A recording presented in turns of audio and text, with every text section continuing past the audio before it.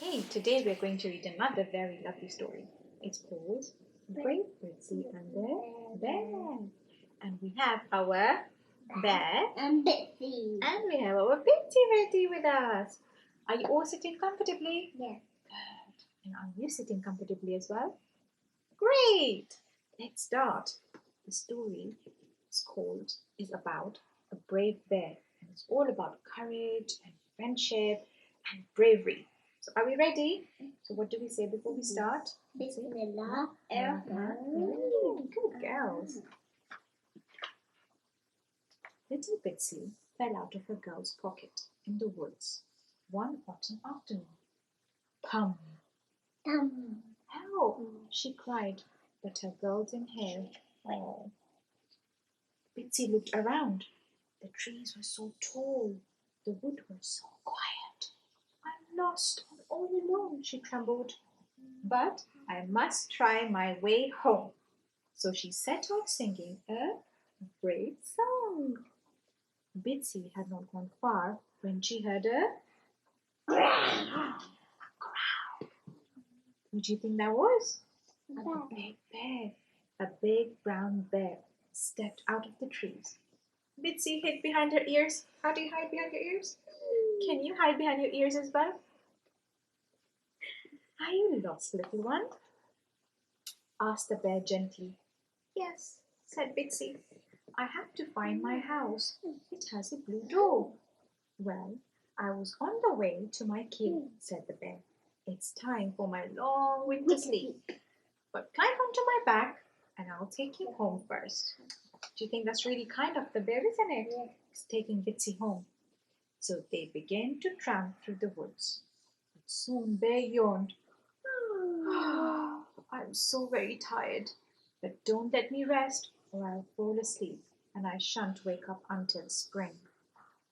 So Bitsy sang for him one of her most bouncy and wide-awake songs. When Bear's eyelids grew heavy, Bitsy sang a marching song and drummed with her heels to keep him awake. How do we do that? Oh, that's heavy eyes. And we drum. And when Bear sat down for a snooze, Bitsy gave a loud dun, dun, dun, until he carried on. He's trying his best to keep Bear awake, isn't he? At last Bitsy saw her house with the blue door. Thank you for bringing me home, she said. Bear smiled sleepily. Can you smile sleepily? Goodbye, my friend. Good night. And he shuffled wearily back to the woods to find his cave. By morning... Oh, thank you. That night, Bitsy sat on the windowsill, thinking of a friend. Did Bear reach his cave, or did he fall asleep on the way? There was no one to sing and keep him awake, she thought sadly. Outside, snow began to fall, thick and fast. By morning, icicles hung at the window. If Bear has fallen asleep on the way to his cave, he'll freeze under the snow, thought Bitsy. I must try to find him. So taking a bowl of wool from the knitting basket, she lifted the latch and climbed out of the window. What clever little Bitsy. Then she tied the end of the wool to the garden gate and set off singing a hopeful song. Do you think she's going to find the bear? Let's see, let's find out. Bitsy searched every snowdrift, but she couldn't find Bear. On and on she went until the wool came to an end. Oh, what is she going to do now? So she tied it to a loose thread of her jumper and carried on. Bear, bear, are you there? She sang. Can you sing it with me? Bear, bear, are you there? Bear, bear, are you there? But no one answered. Her jumper grew shorter and shorter, and at last it unrolled completely. Tired and shivering with cold, Bitsy could go no further. Just then she heard a loud no. And there was Bear, fast asleep, with his head in his paw. Bitsy shook him. wake up, she cried, and sang with all her heart. The bear didn't stir. He'll freeze unless I help him, she thought. So she brushed the snow from Bear's coat and tugged some bracken across his back.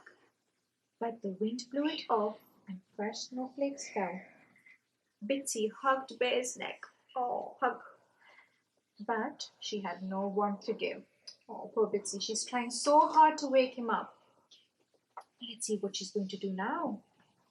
Then suddenly, Bitsy heard a rustling and scratching out of the trees.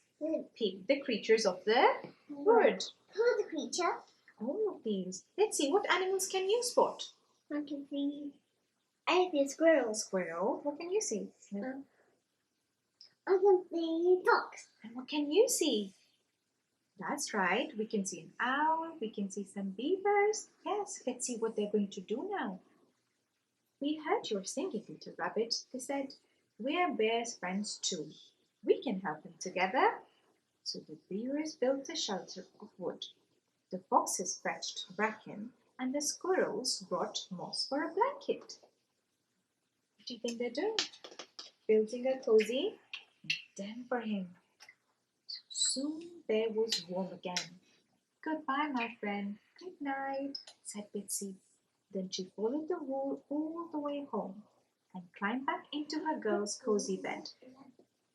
As she drifted off to sleep, Bitsy thought of her bear under his mossy blanket in the snow and hoped he would keep warm all winter long.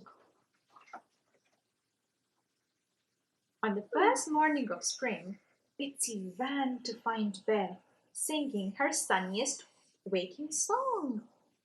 Hello, little one, said Bear. Hello. Let's break that. Yeah, why? Somebody made me such a cozy bed. That was the best winter sleep I ever had. Bitsy hugged him tight and smiled happily to herself. And in the woods all around, Bear's friends smiled too. Yay!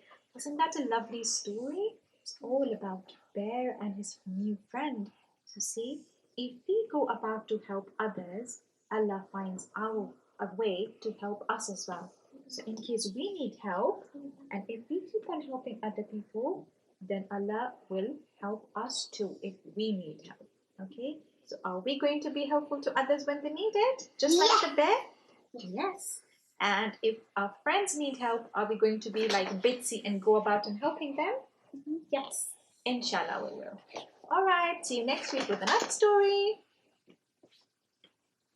Goodbye.